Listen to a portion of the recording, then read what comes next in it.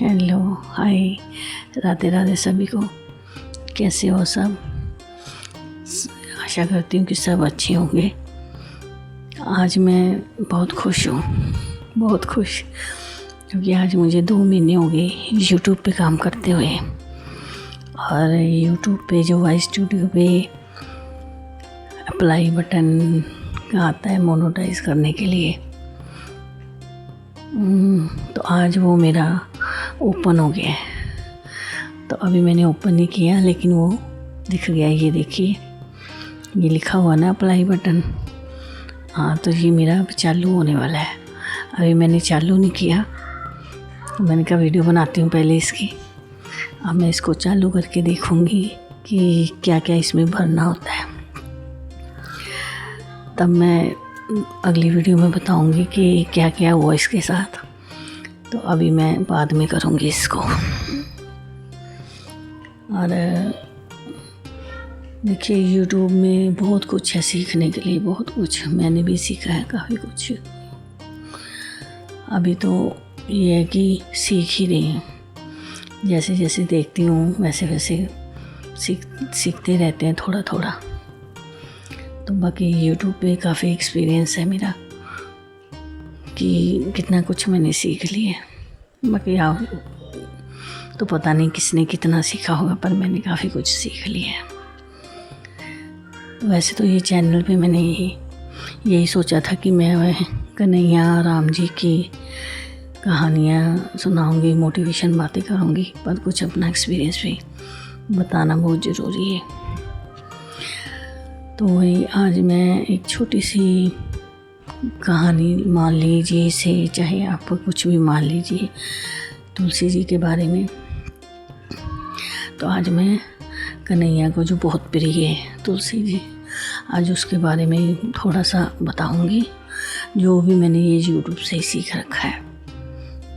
क्योंकि मुझे तो इतना पता भी नहीं था। यूट्यूब से मैंने काफ़ी चीज़ें सीखी हैं। कहानियाँ तो मैंने पढ़ी ही हैं बहुत, पर कैसे बोलना, कैसे वीडियो बनानी, कैसे ये करना, ये सब मैंने यूट्यूब से ही सीखा है।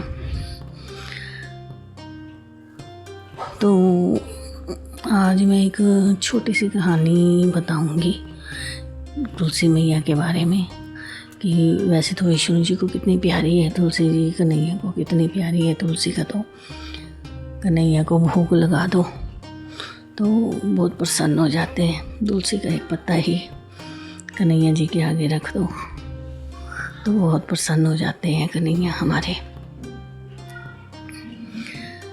बाकी अगर आपको वीडियो अच्छी लगेगी तो मुझे एक लाइक सब्सक्राइब ज़रूर करना, और कमेंट में बताना कि कैसे लगी है। जैसे भी लगेगी, अच्छी लगे बुरी लगे, जैसे भी आपको लगेगी, कमेंट में ज़रूर बताना मुझे। तो चलो, मैं अब जो मैंने यूट्यूब से सीख रखा है उस कहानी को मैं थोड़ा सा बताती हूँ। ये तो आप सब लोगों को पता ही है कि तुलसी जी का पत्र कन्हैया को चढ़ता है तो कितने खुश हो जाते हैं। तो आज मैं बताऊंगी जो तुलसी जी के ऊपर, तुलसी जी जब सूख जाती है तो उसका प्रयोग कैसे करना है। तो चलो बताती हूँ। तुलसी जी के चरणों में प्रणाम। हे माँ, अगर कोई गलती होगी तो क्षमा करना। श्री कृष्ण गोविंद हरे मुरारी, हे नाथ नारायण वासुदेवा। हे कन्हैया, अगर कुछ गलत हो जाएगा तो मुझे क्षमा करना प्रभु। जैसे कि आप सब जानते हैं कि जब तुलसी जी सूख जाती है तो आप उनकी जो लकड़ी होती है उन्हें आप इकट्ठा करके रखिए, और उसके बाद आप उसे तुलसी की लकड़ी के ऊपर आप कॉटन लपेटें, चाहे आप उसे छोटे छोटे टुकड़े करें तुलसी जी की लकड़ी के, और उसे आप दिए में रख के, एक कपूर रख के, तो ये जलाएं अपने घर पे। और इससे आप यकीन मानो कि घर में इतना वातावरण, घर का वातावरण इतना पवित्र हो जाता है कि जब आप पूरे घर में तुलसी जी की लकड़ी का दीप जलाते हो। तो इसको एक बार ज़रूर करो आप। इससे बहुत ज़्यादा घर में खुशी महसूस होती है। मैं भी करती हूँ ये बहुत। तो आप लोगों को मैं ये बताऊँगी कि ये भी आप ज़रूर करके देखना। तुलसी जी को वैसे तो हर रोज़ ही करो तो बहुत अच्छा है, नहीं तो एकादशी वाले दिन, और जैसे आजकल पुरुषोत्तम मास चल रहा है, अगर आप पुरुषोत्तम मास में करें तो और भी उत्तम है। पुरुषोत्तम मास में आप हर रोज़ दिया जलाएं तुलसी जी का घर में, तो बहुत मतलब आपको मानोगे आप इतना बढ़िया लगेगा ना। क्योंकि पुरुषोत्तम मास तीसरे साल आता है, तो इस महीने में अगर आप पूरा घर में अपने तुलसी जी का दिया जलाते हो, तो भगवान विष्णु की के आगे तुलसी जी का दिया जला के रखते हो, तो आपके घर में सुख समृद्धि लक्ष्मी जी का वास होता है। तो आप ये ध्यान ज़रूर रखना कि जब भी आप तुलसी जी का दिया तैयार करते हो, सूखी हुई लकड़ी का ही करना, जो पहले से आपने तोड़ के रखी हो। हरी भरी तुलसी को कभी मत छूना, उसके डंडियाँ मत तोड़ना। तो वो सूखी लकड़ी जब तुलसी जी सूख जाती है, उसी को तोड़ के रख लेना। एकादशी वाले दिन तुलसी नहीं तोड़ते, तो अगर आपने पहले से तोड़ के रखी हुई है तो उसी का दिया जलाना है। एकादशी चाहे शुक्ल पक्ष की हो चाहे कृष्ण पक्ष की हो, भगवान जी को तो तुलसी हमेशा ही प्रिय है।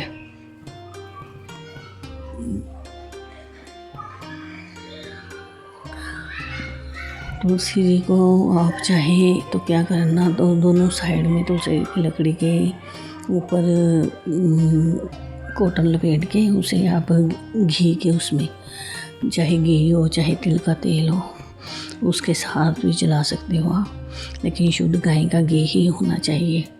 तो तुलसी जी का जलाएं और अपने घर में लक्ष्मी नारायण का वास पाएं। तो विशेषकर तुलसी जी का महत्व तो कार्तिक मास में भी बहुत बना, लेकिन एकादशी वाले दिन आप ज़रूर जलाएं। संध्या के टाइम जला के अपने सीढ़ियों में अपने घर की दहलीज पे रखें। और जब तुलसी जी का दिए जला के जो उसका बचती है, जैसे तुलसी जी जब लकड़ी जला दे उसकी जो भभूति होगी, राख होगी, आप उसको ऐसे ही कहीं इधर उधर मत फेंकना। ये मेरी हाथ जोड़ के आप लोगों से विनती है कि उसे इधर उधर मत फेंकना। और उसको आप अपने गमले, जो घर में गमले लगा रखे होंगे, आप उसी मिट्टी में उसको वो करना। आपके गमले भी हरे भरे रहेंगे और तुलसी जी भी को अनादर भी नहीं होगा कि इधर उधर फेंकोगे तो आप ये करके देखना, आपको देखना आपके घर में कितनी खुशहाली आती है। तो बस मैं इतना ही कहूँगी। अगर आपको मेरी वीडियो अच्छी लगती है, थोड़ा सा भी कुछ है लगता है कि हाँ मैंने जो बताया वो सही है, तो मुझे एक कमेंट करके ज़रूर बताना कि आप लोगों को वीडियो कैसी लगी। तो मेरी तरफ से सबको राधे राधे। अब मैं अगली वीडियो में आपको बताऊंगी कि मैंने जो अप्लाई बटन वो किया है, तो उसका क्या मेरे साथ निकलता है और किस किस का ये ऑन हो गया है, और वो भी मुझे कमेंट करके बताना कि किस किस ने ऑन कर लिया है। तो सबको मेरी तरफ से राधे राधे।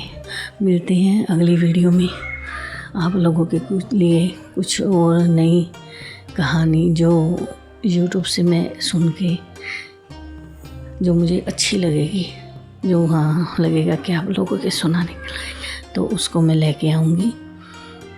तो आप लोग भी खुश रहिए जो YouTube पे काम कर रहे हैं, बस लगे रहो, फल एक न एक दिन तो फल मिलेगा ही। अभी तो मुझे 2 महीने ही हुए हैं, लोगों को तो पता नहीं कितने महीने हो गए करते हुए, और किस किस का ये अप्लाई बटन ऑन हो गया है और कैसे कैसे किया है, और मुझे भी कमेंट में बताना। तो ठीक है, राधे।